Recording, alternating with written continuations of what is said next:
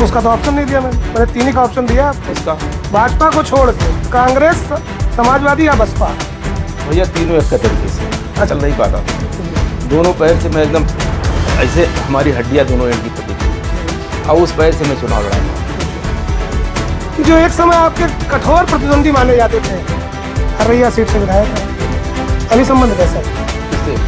अजय सिंह जी से नमस्ते, प्रणाम, मैं हूँ और आप देख रहे हैं टाइम्स। आज हमारे साथ उत्तर प्रदेश की ऐसी शख्सियत है जो पहचान के मोहताज तो नहीं, लेकिन फिर भी ये दस्तूर है कि आपका पहचान आप जनता को बताया जाए। हमारे साथ हैं पूर्व कैबिनेट मंत्री, उत्तर प्रदेश की सियासत में लगातार अपनी दखलंदाजी के लिए जाने जाने वाले, और एक ऐसा नाम जो सियासत के अगल बगल ही आपको देखने को मिलेंगे।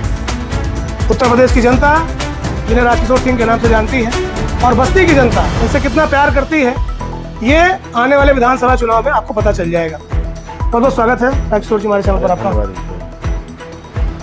लंबा अंतराल हो गया, पुनः विधानसभा की बागडोर संभाले जी, क्या कुछ कहना चाहेंगे? देखिए, मैं लगातार पदों पे रहा, छात्र संघ से लेकर आप देखे होंगे 3 बार कैबिनेट मिनिस्टर रहा, तो उस समय काम बहुत किया, लेकिन उसी बीच में कभी कभी कुछ न्याय या अन्याय कुदरत कर देती है। उस समय मेरे बेटे का एक्सीडेंट हुआ, उसी एक्सीडेंट में मैं मेंटली बहुत परेशान था, और उसी समय चुनाव था। उस चुनाव में इसलिए हमें अच्छा नहीं लग रहा था कुछ, इसलिए मैं वो चुनाव हार गया। केवल अपने कारण से हारा, जनता के कारण से नहीं हारा। लोग आते थे वोट के लिए, हमने कहा था तो वोट देना दीजिए न दीजिए, मैं आ नहीं पाऊँगा। बहुत मैं पजड़ था। तो दोबारा जो चुनाव हुआ, अब की बार इस चुनाव में मैं जीत जाता, लेकिन अंतिम दौर में मैं बीएसपी से लड़ा, पूरे प्रदेश में सबसे ज़्यादा वोट पाया, 57,000 करीब वोट में पाया था। मैं किसी ऐसे दल से लड़ता तो 100% विधायक हो जाता, बीएसपी से हो जाता, लेकिन लोगों को ये विश्वास नहीं हुआ क्योंकि उसका माहौल पूरे प्रदेश में बहुत ख़राब था। अगर हल्का भी ठीक होता तो मैं उससे भी जीत जाता, क्योंकि आप जानते हैं हरैया में कम से कम कुछ नहीं तो 40-45 हज़ार लोग ऐसे हैं हमारे जो वोट हम ही को देते हैं। राजकिशोर जी, बस्ती की जनता ने नेताओं का काफिला देखा, नेताओं का रौला देखा, लेकिन एक नेता राजकिशोर सिंह जिसका रौला आज भी लोग याद करते हैं। लोग मानते हैं बड़े बड़े पदों पर लोग आसीन हो गए हैं, तमाम अलग अलग, वो जो रौला राजकिशोर सिंह ने जनता को दिखाया था वो आज देखने को नहीं मिल रहा। कैसे देखते हैं इसको? देखिए, क्योंकि मैं बहुत कम उम्र में हुआ था तो तमाम नौजवानों को ललक होती थी मुझसे मिलने की। आज भी देखते होंगे नौजवानों का मेला चलता है मेरे साथ, तो नौजवानों को लगता था मंत्री जी के पास जाएंगे तो कुछ न कुछ हमारी मदद होगी। और आप जानते हैं इस जनपद में 90% ऐसे लोग होंगे जो नौजवान आगे बढ़े होंगे, वो राजकिशोर सिंह के बनाए होंगे। प्रत्यक्ष या अप्रत्यक्ष रूप से मैं सबकी मदद किया हूँ। तो एक उनके अंदर ललक रहती थी, और काफिला मैं चलता था, वो काफिला उन्हीं लोगों का रहता है। मेरे साथ जितने लोग रहते थे, एक बार कहा जाता था कि राजकिशोर सिंह के पास जाएंगे तो फार्चूनर से लौटेंगे, दूसरे के यहाँ फार्चूनर से जाएंगे तो साइकिल पे आएंगे। ये जिले की कहावत थी आपके। तो आज देख लीजिए, आज के डेट में जो ऐसे जाते हैं वो पूरे फार्चूनर से जाते तो साइकिल से लौटते हैं। लेकिन हमारे यहाँ जब था, क्योंकि मैं कभी छल कपट अपने वर्कर से नहीं करता, अपने किसी साथी से मक्कारी मैं कभी नहीं कर सकता, हमारा कितना बड़ा नुकसान हो जाए। मैं विश्वास में लेकर विश्वासघात नहीं करता। वो जो हुआ, कुछ लोगों ने चाहे विश्वासघात किया, कुछ लोगों को लगा कि अब मंत्री जी इतने परेशान हैं, तबीयत ख़राब है, चुनाव जा नहीं रहे, इसलिए लोग बहके इधर उधर गए। लेकिन अब सारे लोगों को पछतावा है। कल चुनाव होगा तो देखिएगा, वो बहुत बड़ी भीड़ आपके सामने दिखाई पड़ेगी।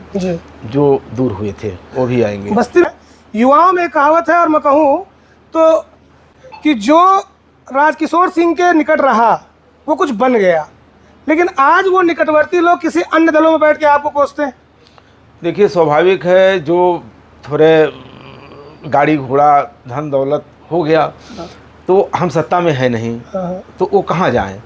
अच्छा, और अगर कहीं जाएंगे, ये उनकी कमजोरी मानते, उनकी मजबूरी मानते हैं आप? अगर बिल्कुल मजबूरी है, अगर वो कहाँ जाएं, वो लोग अपना किसी तरीके से इज्जत पानी बचा रहे हैं, जीवन यापन कर रहे हैं। जहाँ से इज्जत पानी बचा रहे हैं, अब जीवन यापन नहीं कहेंगे, इज्जत पानी अपना बचा रहे हैं। क्योंकि अगर 10 लोगों से संबंध, संपर्क और स्टेटस बन गया है तो उसको मेंटेन करने के लिए कुछ ना कुछ करना पड़े। मैं किसी की बुराई नहीं करता, मैं अब वह किस्मत का खेल है, जानते नहीं, हमारी किस्मत में विधायकी नहीं थी 10 साल इधर से, तो लोग अपने अपने चाहे इरादे बदले या कहीं भटके, लेकिन हमें उम्मीद है 99% लोग वो सब वापस हो जाएंगे, वो कोई कहीं नहीं जाएगा। चंगेरवा पार्क बनाया आपने जी बहुत बड़ा, बहुत विशाल, जी। क्या प्रयोग ले रही है इस समय शासन उसका? अब शासन प्रयोग ले न ले, लेकिन इस जनपद के तमाम ऐसे गरीब आदमी जो अच्छे अच्छे पार्कों में घूमने के लिए चाहते थे हम जाए घूमें, शहरों में उन्हें शर्म लगती थी, शहर के लोग रहते थे, लेकिन गांव में, इसलिए उसको गांव में बनाया। गांव बनाने से तमाम गांव के लोग जो नात-मात रिश्तेदार उनके आते हैं, दूर दूर से वो लाते हैं घुमाने दिखाने, उनको लगता है कि गाँव में ये चीज़ें हो सकती हैं। मैंने इसीलिए बनाया था कि केवल शहरों में ही अच्छे लोग नहीं रहते, गाँव में भी अच्छे लोग रहते हैं, और शहर के लोगों के लिए केवल अच्छी चीज़ें नहीं है, गांव के लोगों के लिए है। तो मैंने इसलिए उसे बनाया था कि गांव का आम आदमी जो भी रिश्तेदार नात-मात उस नहीं, वो बनाया तो आपने ठीक किया। चंगेरवा महोत्सव भी कराते थे आप, बहुत बृहद स्तर पर कराते थे, तमाम जो है रंगमंच के कलाकार हो गए या फिल्म इंडस्ट्री के कलाकार, बस्ती की जनता पहली बार रूबरू होती थी उनसे। आप दोबारा सत्ता में हैं, ठीक है, आप कुर्सी पे नहीं हैं, लेकिन चंगेरवा महोत्सव के बारे में दोबारा विचार करते हुए नहीं देखे जा रहे हैं। देखिए, चंगेरवा महोत्सव या मनवर महोत्सव, दोनों महोत्सव होता था। मनवर में मनवर महोत्सव होता था, चंगेरवा महोत्सव होता था। मेरा काम ये था कि पूरे जनपद के लोगों को जागरूक करना। तमाम ऐसे नौजवान हैं जिनको ये पता नहीं है कि हमारा भविष्य क्या है, जो इनको ये पता नहीं कि मैं किस रास्ते पे जाऊं, तो ऐसे कार्यक्रमों से बड़े बड़े दिग्गज देश के बड़े बड़े विद्वान, तमाम कवि सम्मेलन से लेकर तमाम चीज़ें वहाँ होती थी, तो उससे तमाम नौजवान लोगों से जुड़ता था। और उस जुड़ने के नाते हम जानते हैं आज की डेट में कम से कम जितने लोग महोत्सव में गए उसमें 10-5% लोग ऐसे निकले जो आज दिल्ली, बम्बई, कलकत्ता तमाम बड़ी बड़ी जगहों पे जाके बैठे और तमाम काम धाम करके उस माध्यम से आगे बढ़े। तो उसका मेन मकसद मोटो हमारा था, क्योंकि हमारी उम्र कम थी। मैं सोचता था शुरुआती दौर में सब कहें कि ये विधायक हो गई, लौंडा लफाड़ी और सिवान की रखवाली बाग को दे दी गई, जानते नहीं। तो मैंने ये साबित किया कि आपने अगर सिवान की रखवाली मुझे दिया है तो मैं एक मजदूर की तरह से आपसे ज़्यादा मेहनत करके आपके सिवान को हरा भरा करूँगा। और हरैया माझा किता अव्वल से धुरधा जंगल तक आप चले जाइए, नदी उस पार से, जिनको माझा किता अव्वल को लोग कहते हैं आज मानव वहाँ रहते थे, जाके देखिए वहाँ मनुष्य मैंने बनाया, उन लोगों को चलना सिखाया, वहाँ घर द्वार शादी विवाह क्या मैं नहीं कराया, बहुत कराया। लोग जागरूक हुए। आज के डेट में जहाँ नदी पे कभी पुल नहीं बन सकता था, भारत सरकार का एक्सपर्ट वहाँ पुल रिजेक्ट करके चला गया था। तब मैंने उनसे कहा कि आप अगर आपकी बेटियाँ, मैं ले गया उनको दौड़े पर वहाँ, हमने कहा आपकी बेटी बहन अगर इस तरीके से रहती तो कैसा लगता आपको। उसने कहा सर नौकरी चली जाए रिकमेंड, और वहीं मैंने रिकमेंड करा लिया। और फैजाबाद से वो पुल माझा किताब बुलाता है, इधर से रास्ता नहीं है। अच्छा, लोग ये भी कहते हैं कि मेडिकल कॉलेज भी आपके द्वारा ही प्रस्तावित था। अच्छा, मेडिकल कॉलेज मैंने ही दिया था भैया। मैंने ही मेडिकल कॉलेज दिया, इंजीनियरिंग तो कॉलेज आप अपनी उपलब्धियां क्यों नहीं गिना पा रहे हैं? आपके लोग कमजोर हैं क्या? देखिए, उपलब्धियां, मैं पावर में नहीं हूँ, ठीक, पावर में नहीं हूँ, लेकिन कोई भी कार्यक्रम होगा, कोई अपना झंडा डंडा वहाँ लगा ले जाके कि मैंने करा दिया, लेकिन बस्ती का बच्चा जानता है कि सारी चीज़ें राजकिशोर सिंह की देन है। ठीक है, आप पावर में नहीं है, लेकिन इसका प्रचार प्रसार तो हो ही सकता है। प्रचार जानने के लिए सब जानते हैं, कौन नहीं जानता। अब कोई टीवी पे आके बोलने लगा कि मैंने ये किया मैंने ये किया, तो जनता थोड़ा मानती है। जनता तो यही मानती है कि मंत्री जी ने ही दिया। अच्छा, क्षेत्रवाद का भी आप पे आरोप लगता है कि अपने क्षेत्र के लोगों को रेवड़ी की तरह नौकरी बांट दिया आपने जब आप मंत्री पद पर थे। देखिए, क्षेत्र हो चाहे जिला हो। अच्छा, एक चीज़ बता दीजिए, मैंने नौकरी मैंने नहीं बांटी, उनके अंदर योग्यता थी।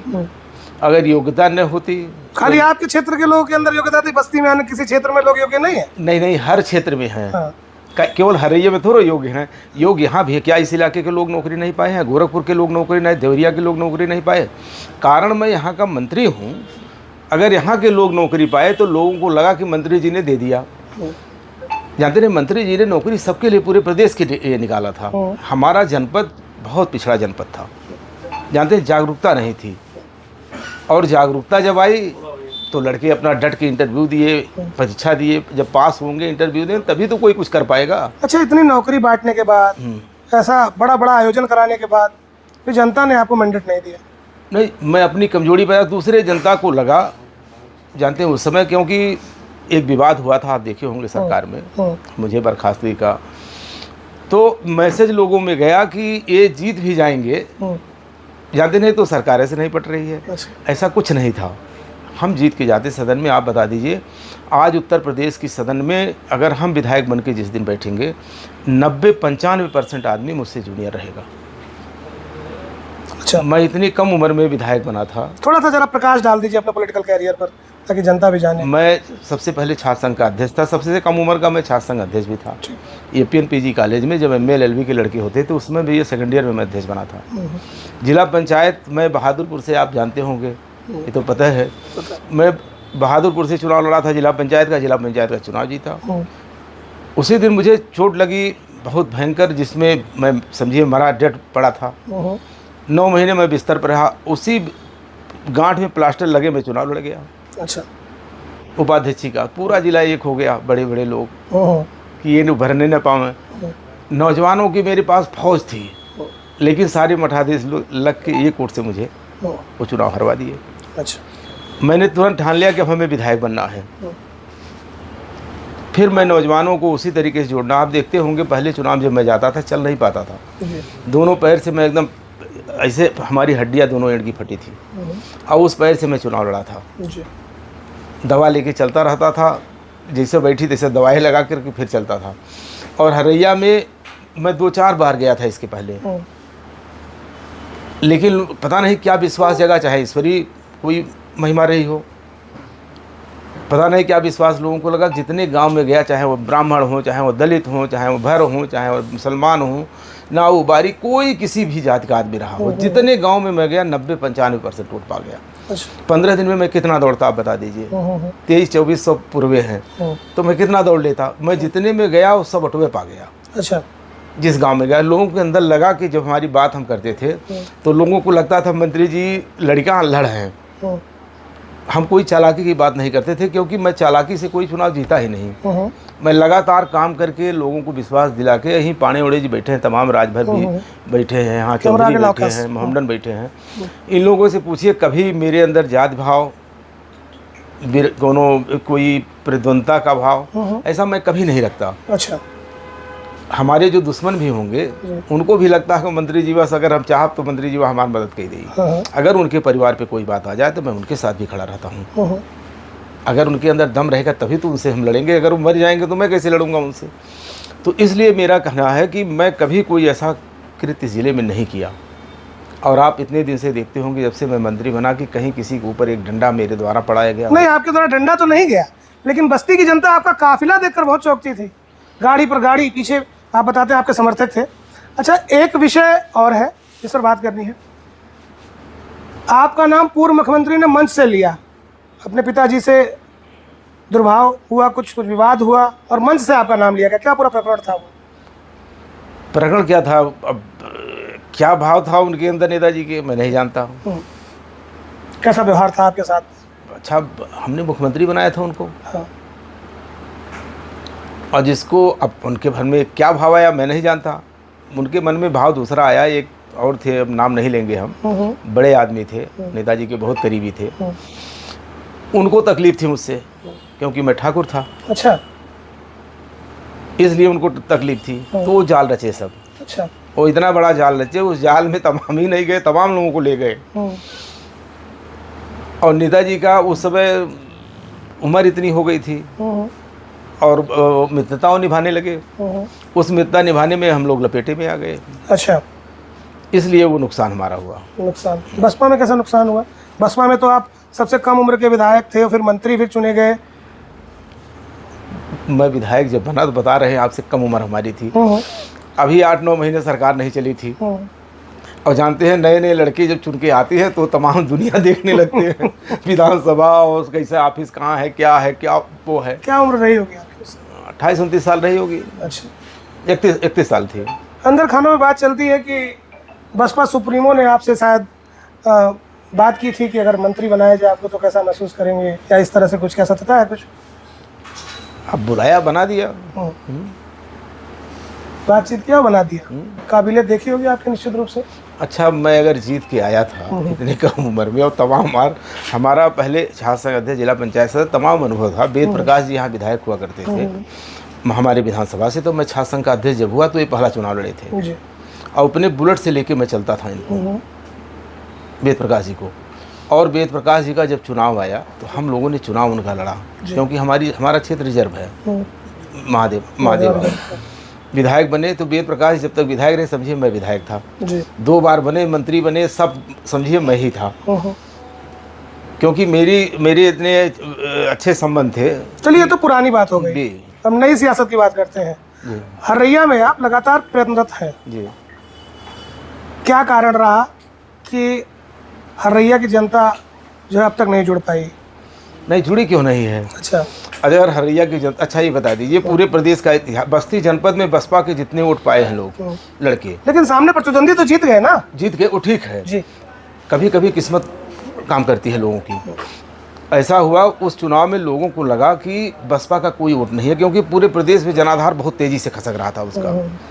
ये लोगों को लगा, कुछ ऐसे लोग थे जो बीच में रहते हैं, जितनी गोल को देखते हैं, या तो ये सोचते हैं कि अब की बार इनको बना दे, एक बार और तो देख लिया जाए, याद नहीं, उसी में मैं हार गया। नहीं तो 57,000 वोट पाया था, मुझे 10-12 हज़ार वोट और 10-12 हज़ार वोट क्या जीत जाता। और जो समर्थक थे हमारे, उनको भी लगा कि न्यूज़ देखते थे, टीवी देखते थे, कहते थे बसपा को लड़ाइए ना, ये मंत्री लड़ाई बाय ना। अब हमें कहें लड़ाई में कैसो लड़ा, बहुत तेजी, कितना तेजी करें, क्योंकि जब माहौल कोई चीज़ पूरे प्रदेश का खराब होता है तो उसमें 1-2 आदमी नहीं सुधार सकते। फिर भी मैं सबसे ज़्यादा प्रदेश में वोट पाया, याद नहीं, इसलिए मुझे पूरा भरोसा है कि इस बार आपकी नैया पार हो जाएगी। नैया तो पार, हमें हरैया पे पूरा भरोसा है कि हरैया के लोग हमें अगर परिवार की तरह से न मानते तो एक परिवार ऐसे परिवार है जिनमें से एक वोट मैं पाया हूँ, कसम खाने के लिए। उन्होंने कहा मंत्री का वोट तो दे भाई, जीते चाहे हारे, जानते नहीं, ऐसे तमाम घर हमारे खास हैं कि जिन लोगों ने ये जाना। हाँ, आपको तवज्जो दी उन लोगों ने। हाँ, फिर अच्छा, भी एक चीज़ और इसमें है कि जो एक समय आपके कठोर प्रतिद्वंदी माने जाते थे, हरैया सीट से विधायक रहे, अभी संबंध कैसे है? किससे? अजय सिंह जी से। हमारा कौन संबंध? मतलब आप भाजपा में हैं, वो भी भाजपा में है, और हरैया से है वो भी, तो संबंध क्यों नहीं होना चाहिए? कि कोई समय ऐसा था, दुनिया कयास लगा रही है, लोग आपकी तरफ बहुत आशा भरी नजरों से देख रहे हैं। कोई समय ऐसा था कि कोई समय ऐसा था, ये लोग मिलने के लिए दूसरे को लेके आते थे कि हमारा एक पैरवी करा दीजिए। अच्छा जी। अब इनकी भी पैरवी मैं किया हूँ। नहीं, आपने तो बताया कि आप सबकी सुनते थे, तो इनकी भी पैरवी किया हूँ। टायर की दुकान थी इनकी। अच्छा। अब आग लगा लिए, खुद क्या किए हम नहीं जानते। FIR नहीं हो रहा था, मैंने FIR इनका कराया था। अच्छा। तब इंश्योरेंस का पैसा पाए थे। मदद तो मैं ऐसा कोई नहीं बचा होगा जिसका न किए हूँ, चाहे वो पक्ष का रहा हो चाहे विपक्ष का रहा हो। जिस दिन उसका व्यक्तिगत मामला आ जाता था कि इसके व्यक्तिगत लाइफ का सवाल है, तो उस दिन मैं खड़ा हो जाता था, कभी पीछे नहीं हटता था। बस्ती में भाजपा की राजनीति में अगर देखा जाए तो बस्ती की भाजपा राजनीति का सबसे बड़ा नाम हरीश द्विवेदी है, इसमें कहीं कोई शक शुबा नहीं है। एक बड़े प्रदेश का प्रभार है उनके पास, आप पर भी भरोसा जताया है उन्होंने जी। क्या लग रहा है इस बार जो है? देखिए, हरीश जी का जहाँ सवाल है, बचपन से ही आप देखे होंगे, पैदाइशी वो भी नेता हैं, ऐसा नहीं है कि वो कहीं से टपक के आए, पैदाइशी नेता हैं। और हरीश जी का भी नेचर आप देखे होंगे कि जिसके साथ वो आदमी रहता है तो मरने मिटने के लिए तैयार रहता है, और जो जिम्मेदारी दे दी जाती है उस जिम्मेदारी में वो परिवार से लेकर सब कुछ घर द्वार छोड़ के वो आदमी भिड़ जाता है। हाँ, ये तो कहीं से भी इसमें कोई शंका नहीं है। और हरीश द्विवेदी मक्कार और गद्दार नहीं है। अच्छा। जिसके साथ रहता है वो आदमी उस आदमी के साथ रहता है, और जिसके मान लीजिए हम आपके साथ वफादारी से है, दूसरे के साथ नहीं है, तो अगला तो उल्टा सीधा कहेगा ही कहेगा। लेकिन अगर उस पर विचार आप करेंगे, ध्यान देने कि आदमी कैसा, तो आपको कहना पड़ेगा आदमी मर्द है। तो ऐसे लोगों की तारीफ होनी चाहिए। बस्ती की जनता ने इस बार जो चूक किया, जैसे मेरे साथ किया था चूक, हमारे साथ चूक करने के नाते बस्ती की जनता हजारों किलोमीटर दूर चली गई विकास से, और हरीश द्विवेदी के इस चुनाव में चूक करने से जनता बस हिंदुस्तान के इतिहास में जो स्वर्णिम अक्षरों में नाम लिखना था बस्ती का, वो चूक कर गई जनता। अच्छा, एक नया नाम भी बस्ती में भाजपा की राजनीति में देखने में सामने आ रहा है। अभी तो पूर्ण रूपेण वो धरातल पर नहीं आया है, लेकिन एक नया नाम आ रहा है मनीष मिश्रा का। हमारा कोई ऐसा अच्छा, हम परिचित अभी नहीं है, बातचीत कभी हुई होगी, लेकिन इधर हम बहुत इंटरफेयर नहीं करते। अच्छा जी। सांसद जी को क्या लग रहा है, आप बहुत करीबी माने जा रहे हैं आज के समय में उनके, तो क्या दोबारा जो है बस्ती से ताल ठोकेंगे, बस्ती क्या लोकसभा से? अच्छा, कौन? हरी जी? जी निश्चित रूप से। अच्छा भैया, ये बता दीजिए, जो आदमी पूरा खून पसीना इस जनपद में गिराया हो, जानते हैं इस बार जनपद के लिए ऐसा नहीं हरी जी काम नहीं किए, बहुत काम किए। हरीश जी भी बहुत काम किए। इतना काम करने के बाद भी देखिए हमारे ज़िले की जनता आजमाने में चूक कर जाती है। यही हरीश जी को बनाती, कैबिनेट मिनिस्टर बनते भारत सरकार में। एक नज़र ऐसे देख देता आदमी तो बस्ती का कायाकल्प हो जाता, लेकिन बस्ती के लोगों ने चूक कर दिया। यहाँ जात बिरादरी ऐसी वैसी, ये नौजवान, मेरी अपील है नौजवानों से, जो आपके माध्यम से मैं कहना चाहता हूँ कि कभी जात बिरादरी के नाम पे आप वोट करोगे तो आपका खानदान, आपका परिवार ऐसे रह जाएगा ज़िंदगी भर, बस्ती ऐसे ज़िंदगी भर रह जाएगी। उससे ऊपर उठना चाहिए। आज हरीश द्विवेदी यहाँ से सांसद हुए होते, मुझे पूरा भरोसा है कि जो ताकत, जो तेवर भारत सरकार में उस आदमी का है आज भी, वो आदमी बस्ती को बस्ती बना देता। बस्ती की तुलना लखनऊ से होती, लेकिन बस्ती के लोगों ने एक चूक मेरे साथ किया, दूसरा हरीश जी के साथ कर दिया। अच्छा, मैं ये भी जानना चाहूँगा, और जनता भी काफ़ी विचार करती है इस विषय पर, कि लगभग सभी दलों का अनुभव है आपको। समाजवादी पार्टी भी आपने देखी, बसपा भी आपने देखी, और कांग्रेस में भी रहे। भाजपा में आप आए तो निश्चित रूप से भाजपा की बड़ाई आप करेंगे, लेकिन अगर स्वतंत्रता से देखी जाए तो बाकी के पीछे जो 3 पार्टियाँ जिसके साथ आप रहे, तीनों में से आपको बेस्ट कौन लगती है? तीनों की बात की जाए तो देखिए, भाजपा का जो है, हर आदमी जो भी, चाहे छोटा कार्यकर्ता हो, बूथ का हो, चाहे बड़ा कार्यकर्ता हो, अपने आप को समझता है मेरी पार्टी है। अच्छा। और जगहों पे दूसरा है, और दूसरे जगहों पे ये है कि इनको हराओ, इनको जिताओ। भाजपा में कुछ लोग ऐसे हैं जो हराने जिताने की बात करते हैं, कुछ चंद लोग। अच्छा। लेकिन वर्कर नहीं करता। यहाँ जो वर्कर है या बड़े शीर्ष पे बैठे, या भाजपा की बड़ाई कर रहे हैं। मैंने बाकी 3 का पूछा है आपसे। नहीं, बसपा, समाजवादी और कांग्रेस, इन तीनों में बेस्ट कौन है? देखिए, बस कौन हो, भाजपा है। तो उसका तो ऑप्शन नहीं दिया मैंने 3 ही का ऑप्शन दिया आपको। इसका भाजपा को छोड़ के कांग्रेस, समाजवादी या बसपा? भैया तीनों एक का तरीके से हैं। अच्छा। हाँ, हम सबको देखे हैं, तीनों वही हैं। वहाँ अब इतनी प्रधानता है आपस में। भाजपा को आप देखते होंगे, भाजपा में है सब, कोई आदमी, तमाम संगठन ऐसे हैं, सब लगे हैं अपने काम में। वहाँ इतने संगठन नहीं है। नंबर 1 चीज़ जानते नहीं, वहाँ जो मौका पाता है तो सोचता है कि सब कुछ हमारा हो जाए। यहाँ ऐसा नहीं है। भाजपा की तो नींव ही संगठन है। तो भाजपा संगठन इसीलिए कह रहे हैं, यहाँ संगठनात्मक ढांचा है, तो ये ढांचे में सब एडजस्ट हो जाते हैं। अच्छा, एक लास्ट क्वेश्चन आपसे पूछेंगे, आपका बहुत समय लिया हमने। जनता बहुत विश्वास करके भाजपा को लेकर आई थी। बगल का जिला है अयोध्या, 3000 करोड़ लगभग लागत लग गई, ऐसा लोग बताते हैं। उसके बाद फिर चढ़ावे में से चंदा चोरी, कैसे देखते हैं इसको? देखिए, अब उसमें आपके घर कोई हो, नौकर हो, उसकी जिम्मेदारी रहे कि ये काम तुमको करना है, इस चीज़ को सुरक्षित रखना। उसमें 1 लोग नहीं होते, 10-20 लोग होते। कोई सी सुरक्षा व्यवस्था में 10-20 लोग होते। कोई आदमी उसमें अगर कोई गलती करेगा, जानते तो पूरा वो जो विंग है वहाँ का, वो बदनाम होता है। लेकिन उसकी जांच चल रही है। आप देखेंगे, सच का सच, दूध का दूध, पानी का पानी पता चल जाएगा कौन इसमें दोषी है। दोषी कोई ना कोई तो है ही। हाँ, कोई ना कोई दोषी है, कोई ना कोई दोषी है। लेकिन उसमें जो तमाम नाम आते हैं, उसमें तमाम ऐसे लोग भी हैं जिनके ऊपर कोई आरोप नहीं है। लेकिन फिर भी जनता जब तक क्लियर नहीं हो जाएगा, तब तक जनता तो मानेगी नहीं। तो वो क्लियर हो जाएगा, कौन दोषी है, पकड़े जाएंगे। अच्छा, चलिए, ये आपने इतने क्वेश्चन आपसे पूछे गए, आपने सबका जवाब भी बहुत साफ से दिया। राजकिशोर सिंह अगले 10 साल में स्वयं को कहाँ देखते हैं? 10 साल में राजकिशोर सिंह ये देखते हैं कि भारतीय जनता पार्टी में सेवा के रूप में करेंगे, शीर्ष स्थान पर देखते हैं। शीर्ष, देखिए, वो हमारे हाथ में नहीं है। वो पार्टी और कुदरत दोनों के हाथ में है। कुदरत चाहेगी, पार्टी चाहेगी, तभी हम बहुत कहीं पद पे बैठ सकते हैं। लेकिन अगर कुदरत न मेहरबान होगी और पार्टी नहीं मेहरबान होगी तो मैं कैसे बना? मेरा काम है मेहनत करना, मेरा काम है कम करना, जो जिम्मेदारी मुझे मिले उस जिम्मेदारी का निर्वहन करना। बाकी देने वाले लोग पार्टी के लोग हैं, वो अब तय करेंगे कि राजकिशोर सिंह किस काबिल है। हमें कहाँ बैठाएंगे, कहाँ नहीं बैठाएंगे, वो तय करेंगे। हमारे चैनल के माध्यम से हरैया की जनता से क्या अपील करना चाहेंगे, क्योंकि आपका टारगेट प्लेस वही है और आपकी अपनी भूमि है देखा जाए तो, क्योंकि आपका पॉलिटिकल कैरियर वहाँ से जुड़ा हुआ है। क्या अपील करना चाहेंगे हरैया की जनता से? मैं हरैया के लोगों से अपील करूंगा कि आप लोगों ने 15 साल मेरा कार्यकाल देखा है और इस बीच में मैं पावर में नहीं हूं तब भी हमारा देख रहे हैं। कोई आदमी आता है तो उसका सम्मान सारी चीज़ हम करते रहते हैं। तो मुझे पूरा भरोसा और अपील है हरैया के लोगों से कि आप लोग मुझे सेवा का अवसर दीजिए और ये विश्वास दिलाते हैं जो 10 वर्ष से गया बीच का, उस 10 वर्ष की भरपाई और आगे वाले आने वाले 5 साल की भरपाई मैं पूरी तरीके से निष्ठा ईमानदारी के साथ करूँगा। बहुत बहुत धन्यवाद हमसे जुड़ने के लिए।